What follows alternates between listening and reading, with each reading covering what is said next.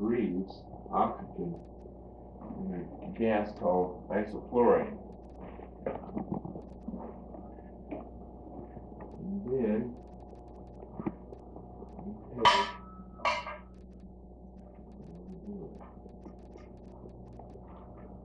try and string to it, see. Here's a little, this little cup down there blows this little balloon up and seals the tube. Now, we'll run her some. It's medieval ropes on her legs. There should be two on that side, Bob. Oh, rope. Yeah, okay. Okay, well, don't have it. Oh, You just hand me the rope. The dog asleep now? Almost. Almost. What? I flip her over, she's going to start breathing more, and that will make her go to sleep more. Yeah. Roll her over. Now, Bob, we'll check her pee-pee. Good boy, Bobby. yeah. Now, what would you do if you didn't? You have to drain her? Squeeze that bladder and drain it. Gets in the way of the bottom part of the uterus. Believe it or not, this dog sleeps most of the time. It's good, she'll throw down this way. With her paws up like this. And Yeah, you take this one and hold it like that. oh, okay.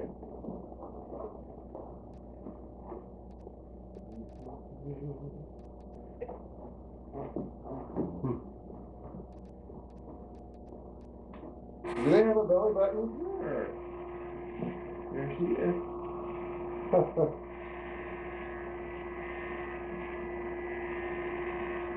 For the refrigerator, I hate the milk and getting ready. Yeah, but don't you normally have people that prep it? Yeah, people do this for us. They don't come in until 9. We'll be done by that time. Right.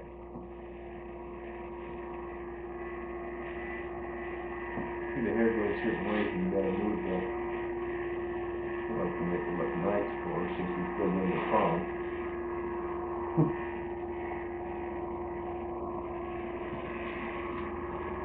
You work on Saturdays much? Me? Yeah. No.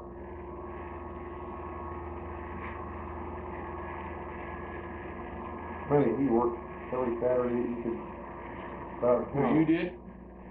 Where'd you work? I worked for Freedom Electric. I did. Oh, you did? You guys talk shop much? Oh, never. Never. I bet.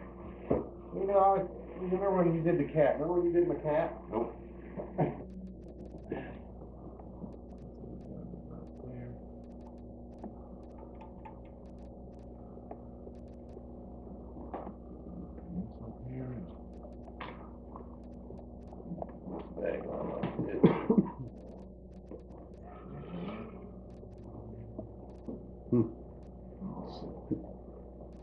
You gotta be technician to be a vet, don't you? You gotta know what to do. We see the dog with breathing.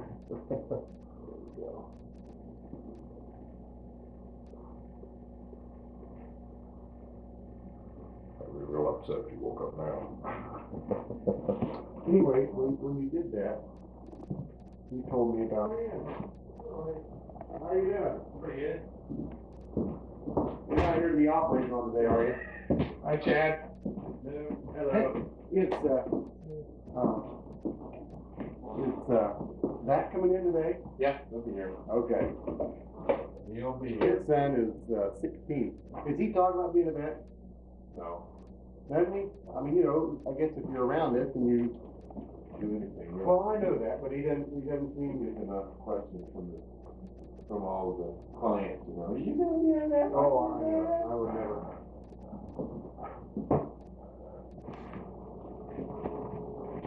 Yeah, we signed a contract Thursday morning.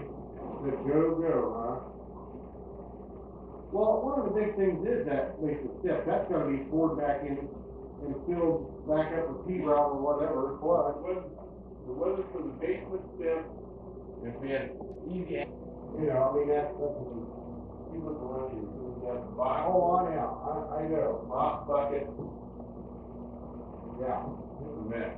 And this is, you didn't have anything added already. I mean, Shocking doesn't, you guys did some. Doctor's out washing his hands so you don't get the dog dirty.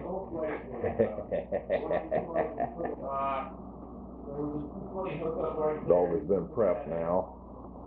You put that. Doctor's still over washing his hands, preparing for the surgery. Stand by. Don't touch that. You're fired. Don't touch that paper. This is right, because once you, that's super clean right here, yeah. I understand that. Get your hands back, Bob. You want to though, don't you? Yeah, you want to just kind of touch it a little bit. You pack that down, that looks real good. Yeah. Okay, what we're gonna do, we're gonna be real good about this, because I'm sure the kids are gonna watch this, right? Well, If they don't turn this thing, we're gonna put the blade on the knife. Goes on like this. That way the blade's always nice and sharp. And these are the stitches. You open them up, they come on little spools like this. This is going to go in the abdomen, and this is going to be used to take the uterus out. Then we grab the needle holders. Look like this. I have a little pair of pliers in the end and also a pair of scissors. We grab the needle, we're ready to go. Now the next thing we do, you go down here, and then look for the belly button, right here. And I'm going to make an incision right on the middle, from here to the belly button. And it will bleed. Don't panic. See? Isn't that amazing? And then we just go, ooh. are you watching that, Lenny? Okay. It's just amazing that there's not, like, just spurts and spurts and spurts. Well, sometimes they have a little spurter, but Yeah, but you can see how it kind of comes together right like that? yeah. I'm going to try to find that little spot where it comes together, see?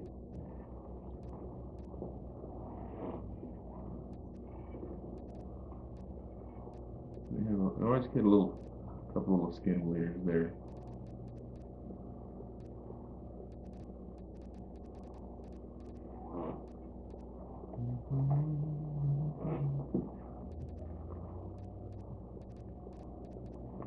Okay, midline. Not bleeding up there.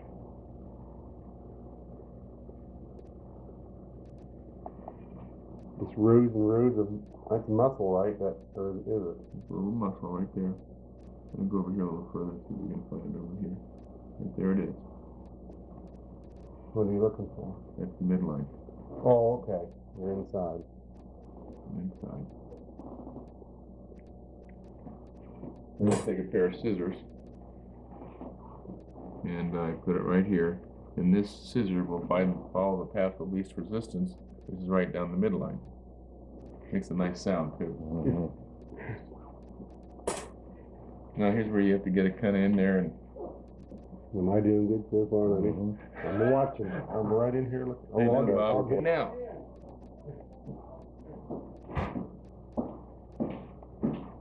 There's more help. The uterus is laying right on top of the bowel. And we're going to pull the uterus out. We found the uterus. This little netting thing here that we're seeing, now don't get sick on me. I'm on. But this is people back home too. This is for protection of the small intestine. It's like a little shock absorber, and that's important. It's called the omentum. Now this is the uterus right here. I've got a hold on. Oh, this is the left one of the uterus. So yes. Now right here where my finger is the ovaries. Now I have to go down here. This looks a little bit rough, but there's a ligament down here in this ovary that I have to kind of break and pull up, which I just did. Now down here, all of this stuff is the supportive and connective mechanism for the uterus to keep it in line. And there's a little window right there that I put my thumb through. Now I come back here and I grab the ovary. I got my ovary in my finger here.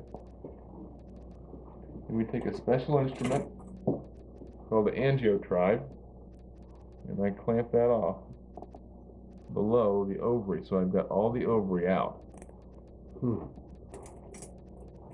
Take another little forceps, go above the ovary, clamp it off. So really, you're taking the ovaries out, right? The ovaries are coming out. Okay. Let's see if we'll find it on the next one. I'm going to cut this. It's going to bleed a little bit. A little bit of blood, no big deal. Blood is good. Blood is good.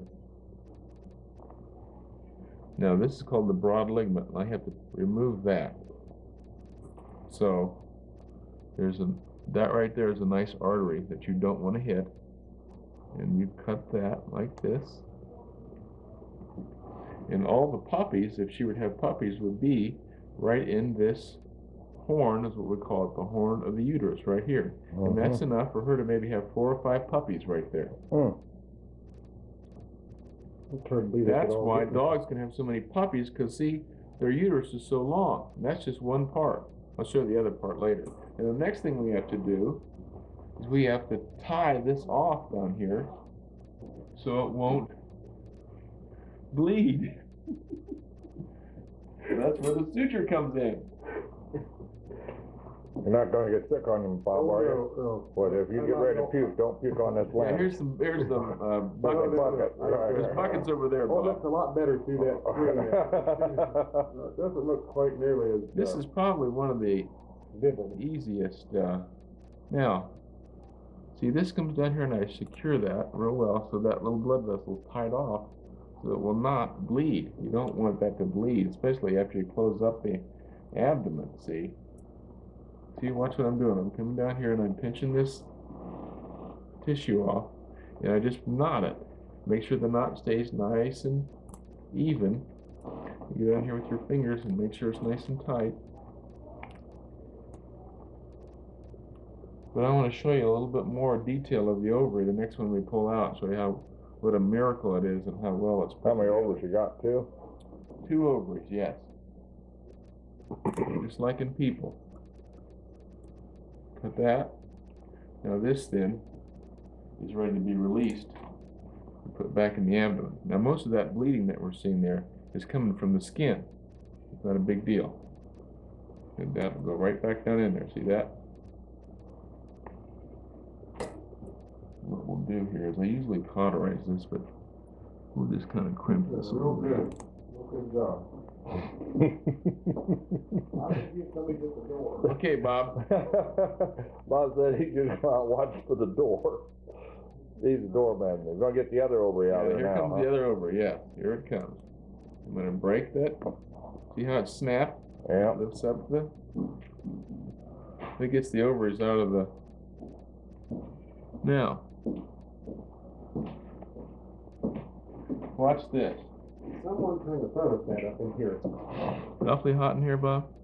Now, this is the ovary right here.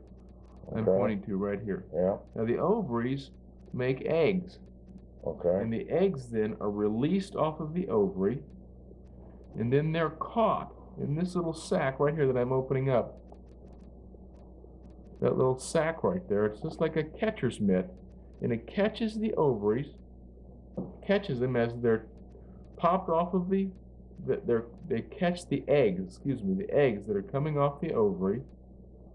The eggs are caught in this little sac, just like a big catcher's mitt, and they're sent down this little tube right here, down into the uterus for the babies to be developed. See that little sac right there? In humans, this little tube right here, called the fimbria, is what messes up a lot of women so they don't get pregnant. But that little sac right there catches the eggs as they're released off of the ovaries. Pretty Then neat you're going to cut stuff. all that out of there. That's The all can be ovary. removed. The egg maker. That's the egg maker. And then we do just repeat the process.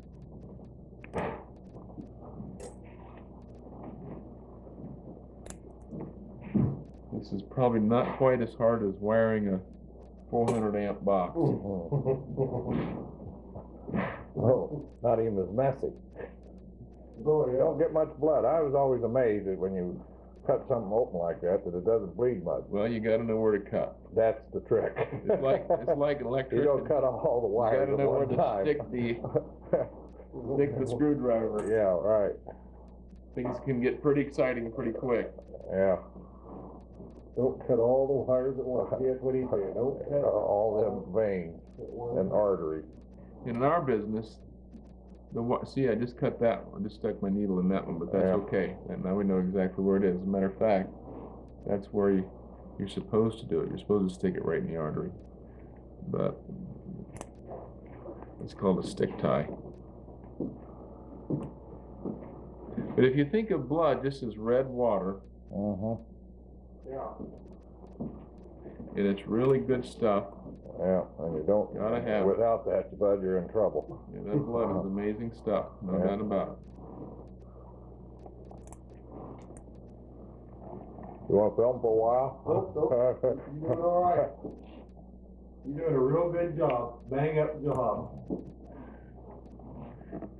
You did a bloody well good job there, Governor.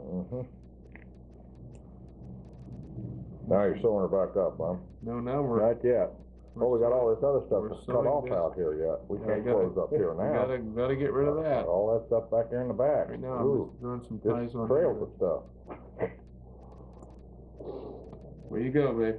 See you later. Now,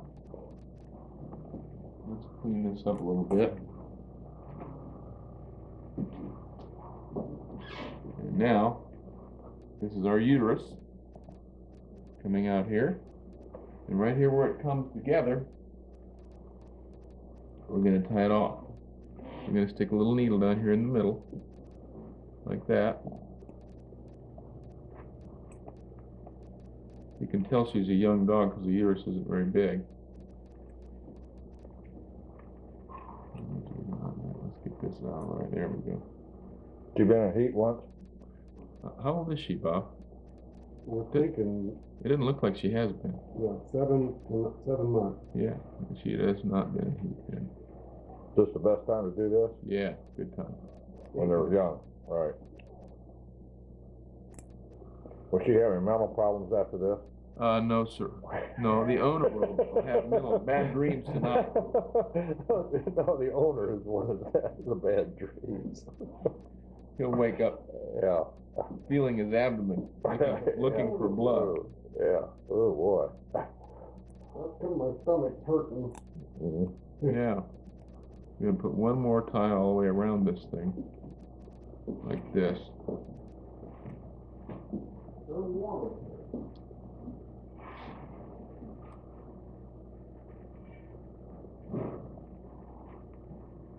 on in. You know who I am. I know who you are.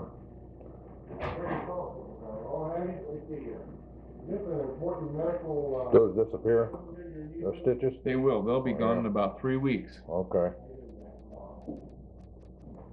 Good morning. Hey. Hey, what's happening? This is Bill's son, Zach. Hi, Zach. How are you? My name's Lenny. Hi. I work for CBS out in New York. This is going to be on Dan Rather's show. On Dan Rather's. Now, the next thing we're going to do is we've got to sew the abdomen up where we made the hole. We did. Just expand her. Spade job. So you gotta go inside first. This is the skin right here. Now we have to go in here and find the abdominal wall, which is the muscle that we just cut through. And that's this part right here. Inner wall. Yeah, okay. Yeah, right here. So we make a little spot right like this.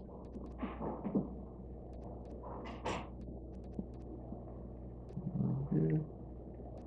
Oh, honey. Good girl.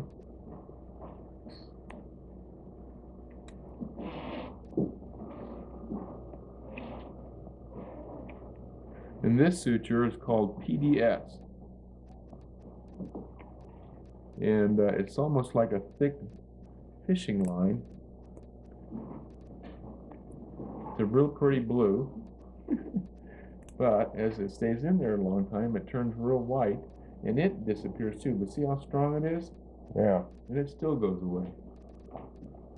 But that's they always talk about being catgut. Was that ever true? It wasn't, it's not cat gut, it's really sheep intestine.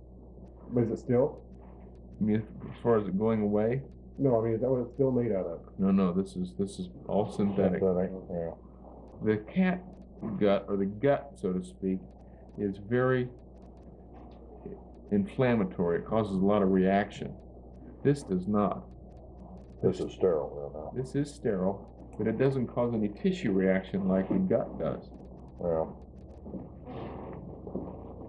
So all we're doing now is just like we're sewing up a cut in your blue jeans.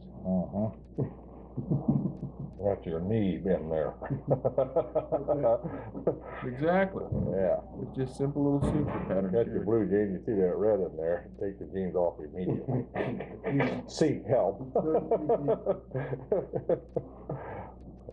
It's amazing that there's that big hole there and no blood, you know, Gushing. big blood squirting up to the You ceiling. don't have all the wires cut, Bob. They ain't sparky. Exactly. Now in our business, the smaller the name of the wire, Yeah. the more difficult it is to get it to stop bleeding. Yeah. Small names are big problems. Like aorta. Yeah. It's a small name. You don't want to cut that. Now, let's get the end of that up there. Now, how many people are going to have videos of their dog spray? That's pretty good. I'll tell you, it won't be very many, will Have we got a video of the birth? there? Huh? Spay your dog with the adopted animal clinic. Well, you will have her sister here before long, I'm All sure. right, you get her down here. We'll take care of her. What, this dog's sister?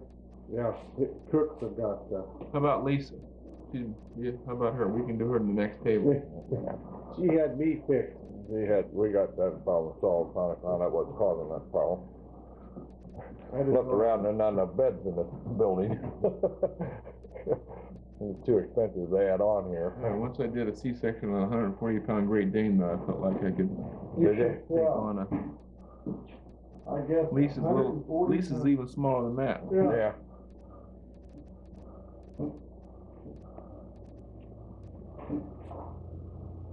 You know, I believe I've met you once before. Oh, yeah.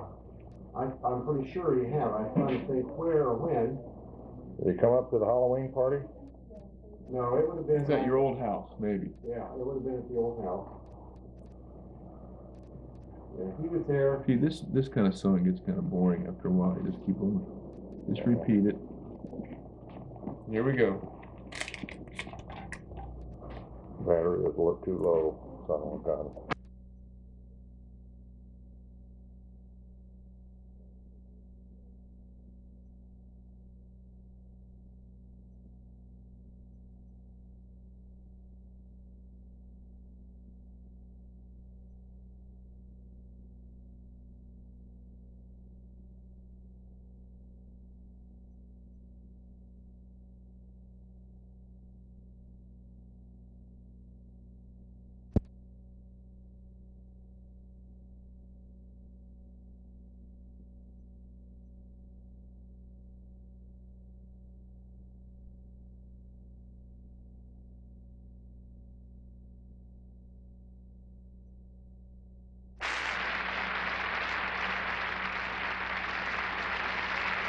For several years early in my career, I was a local newsman. I chased ambulances and fires and did all the things local newsmen do.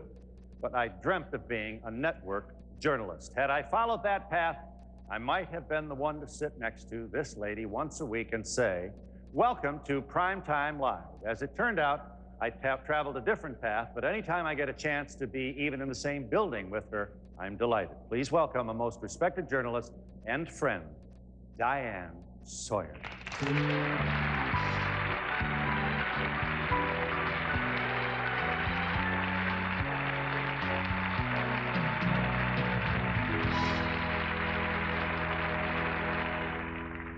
All right, this is my theory on why we all like Phil Donahue so much.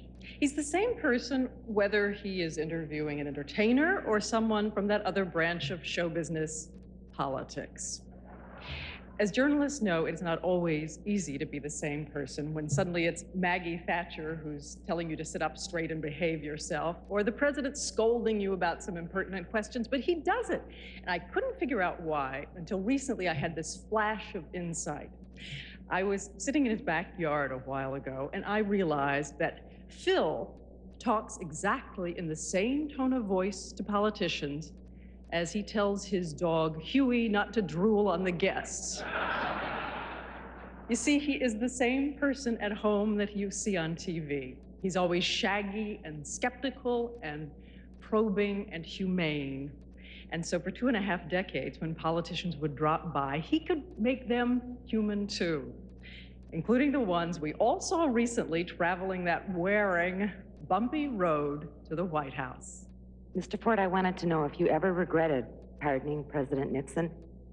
There is a very important Supreme Court decision, which is the best answer, I think, to that. 1915, the Supreme Court said, the granting of a pardon is an imputation of guilt, the acceptance, a confession of it.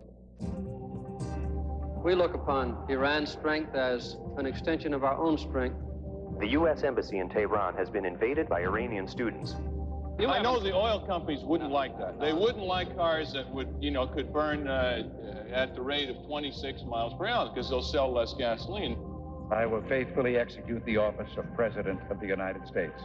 There are thousands of bits of information that have to be passed on from one administration to the next. And I had prepared very greatly for this meeting with then Governor Ronald Reagan. And I had made notes about these things that only a president can tell to his successor. So I started going down the list and explaining them. Some of them were very complicated and nuclear emergency, that kind of thing. Communications, Our secret all that secret countries. stuff, okay. And I noticed that he wasn't taking notes and so forth. So I just finally said, Governor Reagan, wouldn't you like to have take some notes? He said, no, I don't need to. I can remember what you're telling me. So in about 2 or 3 more minutes, he finally said, can I have a copy of your notes? I thought it was an interesting encounter and also somewhat revealing. Here's what I would think. Yeah, I think you went back to Roosevelt and said, holy cow, this guy doesn't seem to give... That's pretty close. You were very successful in the entertainment area. What led you to enter the field of politics? I'm still asking myself that. Don't you miss the grease paint and the glamour and the marquees? I'm too old to take my clothes off. If Mr. Reagan were the president of any corporation in this country, he would be fired. Yeah, but he wouldn't have... Out there, and you would be too. That is about as demagogic a statement as I've ever heard. Don't sit here and try to convince the American audience out here that some things aren't better.